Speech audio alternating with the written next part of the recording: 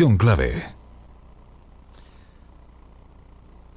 Sin duda, una de las posiciones más difíciles que debe haber en un gobierno es la del vocero.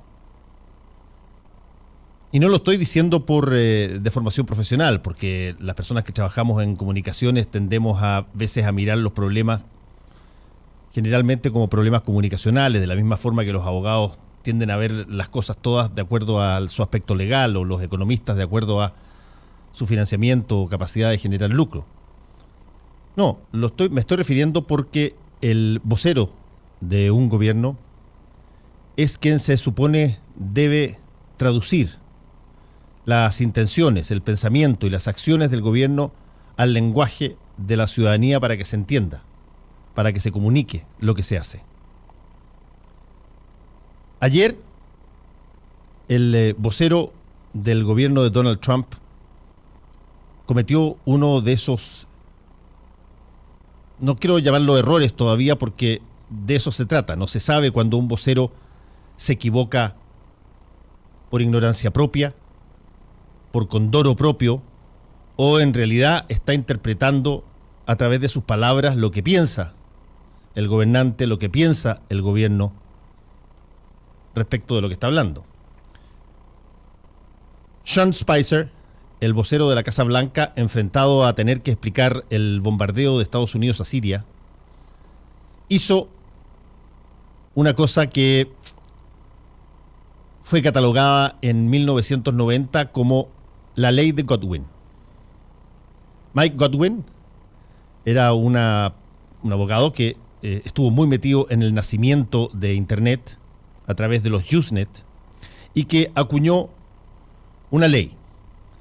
Esa ley establecía que si es que en una discusión se le da el suficiente tiempo a esa discusión para que escale, la más alta probabilidad es que alguien de pronto invoque una comparación con Hitler. Y en ese momento, dice Mike Godwin, automáticamente esa persona debe considerarse la perdedora en la discusión y retirarse de la red. Ayer, Sean Spicer, justificando el bombardeo a Siria, dijo entre otras cosas, cito: "Ni siquiera usamos armas químicas en la Segunda Guerra Mundial. Había ahí alguien tan despreciable como Hitler, y ni siquiera él bajó al nivel de emplear armas químicas". Comprenderán que se produjo en la camada de periodistas que atienden la Casa Blanca una suerte de incomodidad. A ver, hasta que dio el turno de ofrecer la palabra y salió una periodista y le dice: quisiera que clarificara algo, por favor. Cuando usted dice Hitler no bajó al nivel de usar armas químicas, ¿qué quiso decir con eso?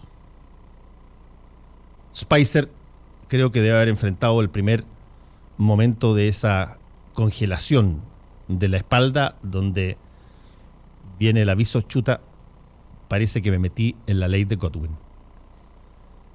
Y contestó: cuando se trata de gas sarín, él no usó el gas en contra de su propio pueblo como sí lo hace Assad. Claramente, sí, entiendo eso que usted me está preguntando, dice, él no los llevó, se refiere a Hitler, a un centro de holocausto.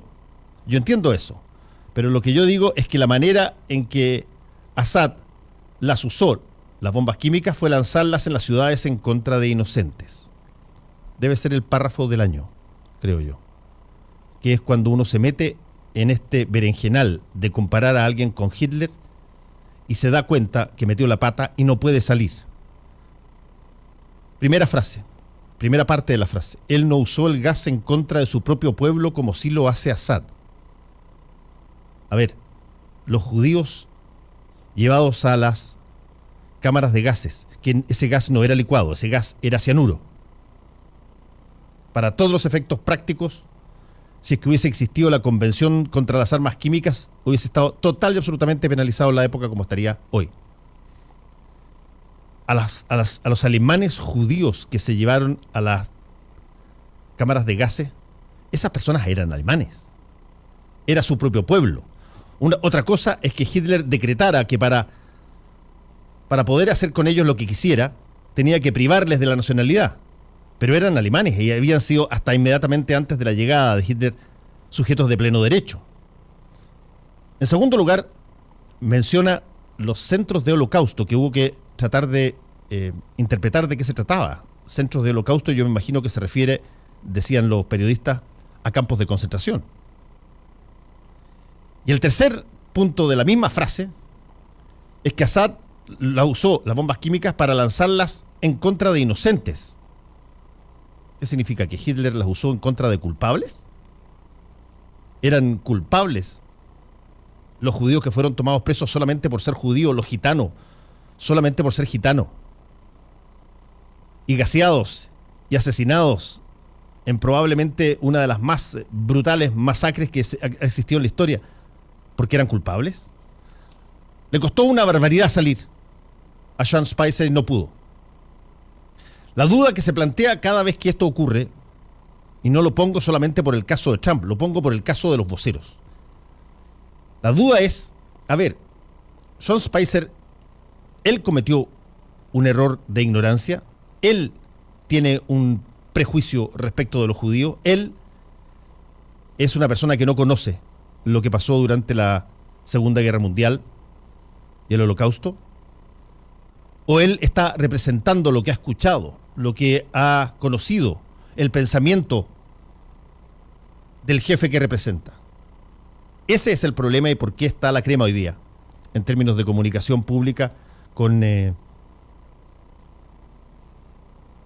vocero de la Casa Blanca,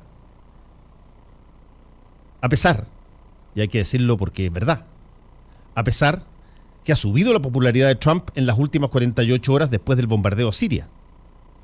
Es una situación bastante preocupante en el mundo cuando a un país, cualquiera este sea, cuando tiene la intención de bombardear a otro, por el solo hecho de hacerlo automáticamente sube su aprobación.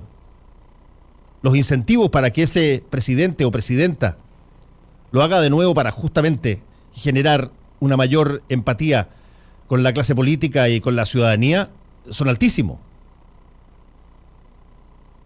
Y Trump hoy día, dentro de su país, no digo en el contexto mundial, dentro de su país, incluso para detractores